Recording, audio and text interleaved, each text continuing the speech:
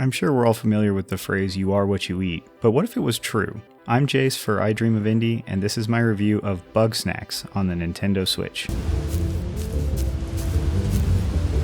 Welcome back. Now that Filbo and Wambus are gone, there are way more snacks around here. Scan all the snacks here, fill up your journal, then we can swap deets. But don't be surprised if they're not all out at the same time. Bugsnax gotta sleep too. Now, I'm sure plenty of you are already familiar with Bugsnax, as it was a console-exclusive release title with the PlayStation 5, but now it's finally coming to Xbox, Nintendo Switch, and Steam. Not only that, but it's also getting a big DLC update at the exact same time. In Bugsnax, you play as a journalist who is going after a story on an island called Snaktooth Island, where an explorer has found a curious new type of life form called the Bugsnax. When you first arrive on the island, you crash land, and thus you can't get off without first finding a different way. Soon after crash landing, you find your first fellow Grumpus, as humanoid creatures are called, who tells you that there was a town, it was built up, and they were performing various experiments, and then some horrible accident happened, and they all spread out across the island and went their separate ways. It is your job, in order to get off the island and to solve the mysteries of the island, to find and bring back all of the different inhabitants. As you meet different inhabitants, they'll each ask you to help them out in some way particular to their character and to their personality. And once you've helped them, then they'll go back to the town. As you're building up the town, it's really cool to see the different huts open up and how each character has their own little house that fits them. They are all very unique characters. To top it off, they're all voice acted very well. The main gameplay and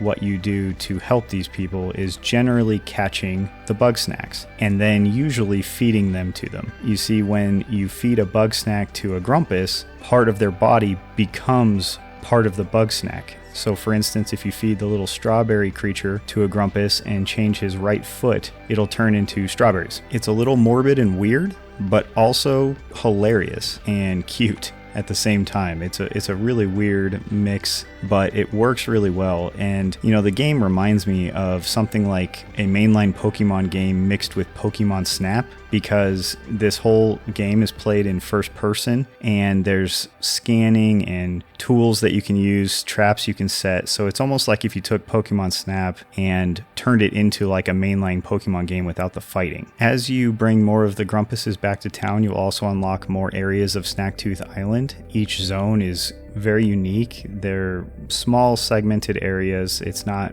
like big and open world. Each zone does have a very unique feel and a very unique design. There's a beach, a mountain, a snowy peak, some lava areas, etc., etc. Much like in Pokemon, where you have a Pokédex, you have a journal for the different Bugsnax that you can catch. You can track what they like, what they dislike, how they move, little tips about how you can catch them, and then of course it tells you what area of the island that you can find them in. You can definitely feel the Pokemon influence throughout the game. Each of the Bugsnax has a name, and the way they speak is to pronounce their name. There's even achievements called Gotta Catch Them All and a million other little things throughout the game that really brought me back home. Kind of. I love Pokemon, and so this felt great to play. I absolutely loved the pace of the game, how as you unlocked or found new characters, you also received new items and ways to trap these Bugsnax, and each zone would have a couple that you can't trap until you find later tools, and so there's incentive to come back, and then there's also side quests to come back, and the DLC added a ton of content. It added a hut just for you that you can personalize and build and upgrade by completing little side quests for other characters. These side quests are plentiful and pretty unique. There's all sorts of different things. Some things are like light yourself on fire for 30 seconds, find a mystery Bugsnax where you just get a little brief description of it and then you have to feed it to one of the Grumpuses. Overall, I found the balance of story and humor, character interaction to be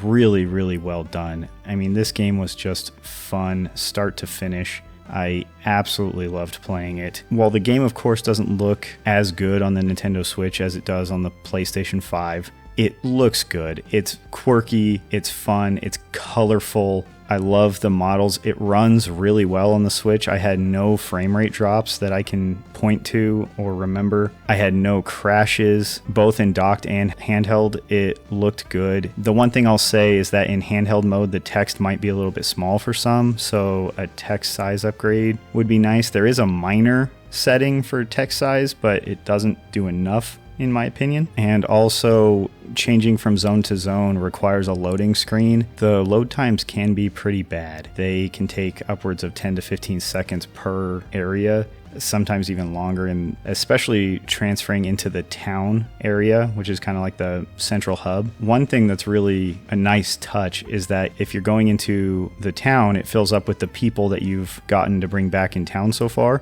And if you're going into one of the other biomes, it actually will fill up with all of the different creatures you've caught. So it changes over time, which is just a really cool touch. The audio in this game is probably its weakest point. I did already mention the voice acting, and that is really well done. Each character definitely is unique. It's believable. But the soundtrack, it's kind of a little too samey throughout. I would hope for each of the biomes to have more of a unique feel when it comes to the music, but nothing really stood out. It didn't get in the way, of course. There was nothing annoying or I didn't feel like turning it off. It just wasn't as exciting as the rest of the game. That certainly didn't hinder my overall experience. Bugsnax is a heck of a title. It's not super challenging. There are certain side quests that will challenge you in terms of how you can catch the Bugsnax, but there's no risk of dying. You don't have a health bar, anything like that. You can't really get hurt. So it is a casual game, but it is so much fun to play. It's very unique while also pulling from some of the best aspects of some classic games. Because of that, I am giving my first Genie Lamp Award to Bugsnax. If you haven't played it before, I highly recommend it. And if you have already played it, then I recommend checking out the DLC and revisiting it because it does add a lot. The hut and the mail quests that I mentioned before are part of the DLC, as well as new hats that you can collect and place on some of the Bugsnax you capture, as well as a whole new island with giant Bugsnax. I hope you've enjoyed this review, but it's time for me to shout out our indie warriors: Bill, Christian Cruz, Kevalo, Adriana Amato, CJR, PSC, Julian Colbus, Jesse, Raylyn, Marky Mint, Dave Hart, Peekaboo, Lex Noyle, King of the Hatch, and our indie legends: Jen Rose, Larkison, Mitchell Hall, Peach, Skeptism, C. Coyle, Nathan Moore, Chris Jackson, Mr. W, Blue Francis 14, The Beefarinis, Business Cody, and Carmen Red. Thank you so much for everything you do for the channel and for indie gaming, and if you'd like to join them, check out the link in the description below.